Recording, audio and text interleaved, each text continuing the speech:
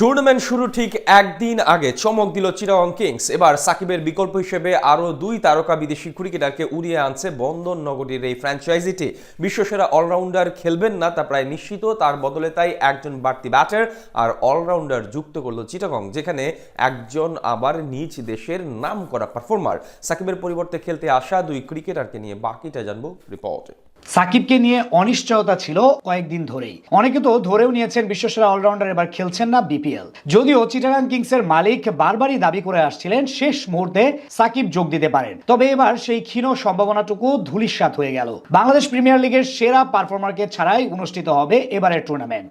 এদিক থেকে সবচেয়ে বড় ক্ষতির সম্মুখীন 10 বছর পর বিপিএল এ ব্যাক করা চিটাগাং কিংস। তাই তো এবার সাকিবের বিকল্প অপশন খুঁজতে ব্যস্ত ফ্র্যাঞ্চাইজিটি। এদিক থেকে এরই মধ্যে দুজনকে যুক্ত করেছে তারা, যারা কিনা বড় ট্রাম্প কার্ড হতে পারে টুর্নামেন্টে। বেশ জমকালো আয়োজনে অনুষ্ঠিত হতে যাচ্ছে 2025 বাংলাদেশ প্রিমিয়ার লিগ। দলগুলো নিজেদের অনুশীলন চালিয়ে যাচ্ছে নিয়মিত। দেশি বিদেশি ক্রিকেটারদের আগমনে বলা চলে এক প্রকার রবরব পরিস্থিতি মিরপুরে। সেদিক থেকে পিছিয়ে নেই বন্দরনগরীর দলটা। মঙ্গলবার খুলনা টাইগার্সের বিপক্ষে ম্যাচ সামনে রেখে কঠোর অনুশীলনে ব্যস্ত তারা। এরই মাঝে সাকিব বাদে দলটির সঙ্গে যোগ দিয়েছেন বেশিরভাগ সদস্যরা। তবে নতুন করে শঙ্কায় পড়েছে মঈন আলী ও অ্যাঞ্জেলো ম্যাথিউসকে নিয়ে। জানা যায় মঈন আলীর সাথে প্রথমে 4 থেকে 5 ম্যাচের জন্য চুক্তিবদ্ধ হলেও এখন তিনি এক ম্যাচের বেশি খেলতে আসতে নারাজ। অপরদিকে ম্যাথিউসকে অনাপত্তিপত্র দিচ্ছে না লঙ্কান ক্রিকেট বোর্ড। নিজেদের 3 সেরা ক্রিকেটারকে নিয়ে অনিশ্চয়তায় পড়ে এক প্রকার বিপাকে আছে চিটাগাং কিংস। তাই তো নতুন ক্রিকেটারকে দলে নিল ফ্র্যাঞ্চাইজিটি।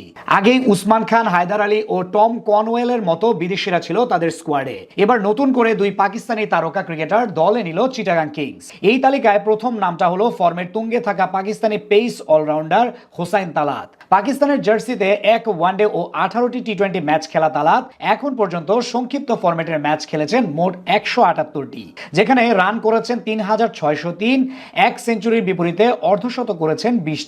এছাড়া প্রায় 26 গড়ে উইকেট শিকার করেছেন মোট 64টি।